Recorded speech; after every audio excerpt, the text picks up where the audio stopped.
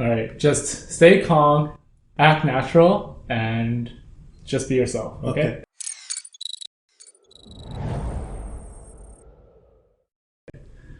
We're here today with Alfred, my good friend, because the other day he was telling me about a story about how he made $300 in one day. And I thought that since it is related to kind of the whole YouTube space and just performance in general, I invited him on my channel to share his story. What was the job specifically? How did you make 300 in one day? So I was a background extra for various movies and TV shows. Oh, okay. How many times did you do this gig? I did it 3 times. You did it for 3 times? When was the last time you did it? Last time I did it was last March. What about the one that's specifically 300? Because I think on the surface, that sounds pretty good. For one day of work to make $300, that sounds pretty good. So $300 is accumulation of basically overtime pay and minimum wage. That's why it sounds like a lot of money. And also, fun fact, here in BC, after 12 hours, every hour is double pay. That's how overtime works in BC. But after 10 hours, I think, after 8 hours, every hour is 1.5 times pay. Oh, okay. So how many hours did you work that day in total? For the 2 of the 3 times I filmed, it's from 6 a.m. to 10 p.m. 16 hours. Yeah, exactly. Oh, okay. It's really tiring. It's a physically demanding job because sometimes when you're on set and then the cameramen, they're still getting ready, but you still have to stand. Sometimes the scene, they require you to be standing the whole time. And when the director and the actors are getting ready, you're still standing there. So did you like burn all the calories? Were you skinnier at that time? Yeah, I was definitely skinnier. Oh, cool. Wait, so what is the wage for a film extra? So for background extras, because I'm just doing this for fun, I'm not in a union. So that's why here in BC, I get minimum wage. But there are people who do this full time and they're in a union and they get paid more and they get better food than the rest of the non-unionized background extra. Okay, when you mean better food, like, are you saying it's like what was the food that you had and what was the food that the cool people had? So for breakfast, for non-unionized people, they'll just get like scrambled eggs and sausages and bacon. That sounds pretty good. For non-unionized people, they get fresh fruit, they get yogurt, they get cereal, and they get freshly baked bagels. Freshly baked bagels. That is oddly specific. And you know that I'm a big fan of fruit, so that's good to know. Yeah. Wait, but I think you mixed it up. You said non-unionized get better food. No, sorry, right? Non-unionized get worse food. Yeah, like scrambled eggs and bacon, that's it. Oh, okay. I was curious, how did you get this gig in the first place? I would think you need some qualifications to be on a film set, but apparently it's easy. So background extras are the easiest because in a actual movie or TV show, in the actual like screen, maybe you're just a blurry guy in the corner. Like you never like get close-ups of your face. If you get a close-up of your face on the movie or TV show, you're not an extra anymore. You're getting paid a lot more. Your other question was how I learned about this opportunity. Yeah, exactly, yeah. So a long time ago, I think Godzilla was a thing, like the American version of Godzilla. Bryan Cranston. Yeah. Yeah. So it was, most of Godzilla was also filmed here in Vancouver, and I had a code. No way. Actually? Yeah. Oh. So, you know how in the movie there's a San Francisco wharf, right? That's just Stevenson Wharf here in Richmond. They just changed the signs. Oh. And then there's a military base in that movie. In the movie? Yeah. That's actually Cypress Mountain.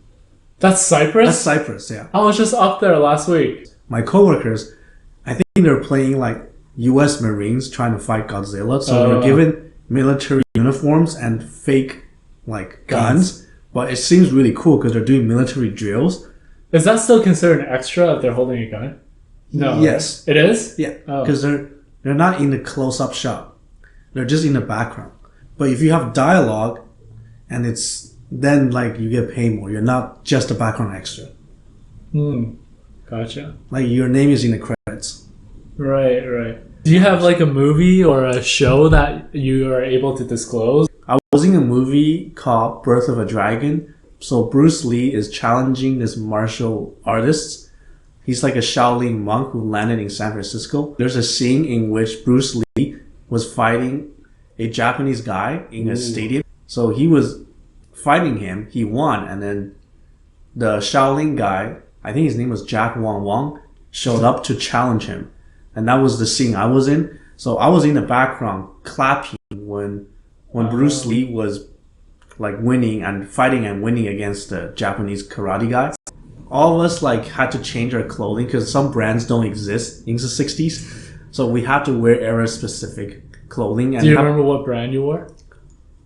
I don't remember anymore, but we spent a long time in the change room, all of us. That scene in the movie was 4 minutes, but we filmed from 6 a.m. to 10 p.m. 4 minutes? Yeah, because it took the whole day. When you're filming a movie, you actually take so many takes for like really important scenes. Like how many? Like that 10? one, I was probably 50, 60. 60 takes for 4 minutes. Like it was specifically tiring for me because I had to clap every time he like won against the Japanese guy, and we were filming exactly. I was doing this, and then they're like, "Cut. Okay, let's do it again. 3, 2, 1, action."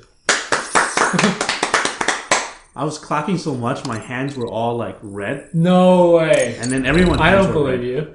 No, that's true. It's true. Everyone's hands were really red. We're like, it's like, go Bruce Lee! We're like yelling, like we're in the audience, right? We're cheering for him. We cheer him from 6 a.m. to 10 p.m. So you had to constantly clap and constantly cheer. When you were in the audience, were you able to sit or did you have to stand? We sit in the beginning because we're just watching him fight. When he won against the karate guy, then I had to like stand up and cheer. And then I was just talking to other people. This other gentleman I met said he was in Planet of the Apes. It was also filmed partially here in Vancouver. Oh, hey, you know they used the PCIT building. Yeah, Planet of the Apes. They did. Yeah. But they also, some of the scenes in the forest, they used Lanley. Oh, Lanley, okay. BC. There's a scene where all the U.S. Marines or U.S. soldiers were doing push-ups, and they did like 20, 30 takes of that scene.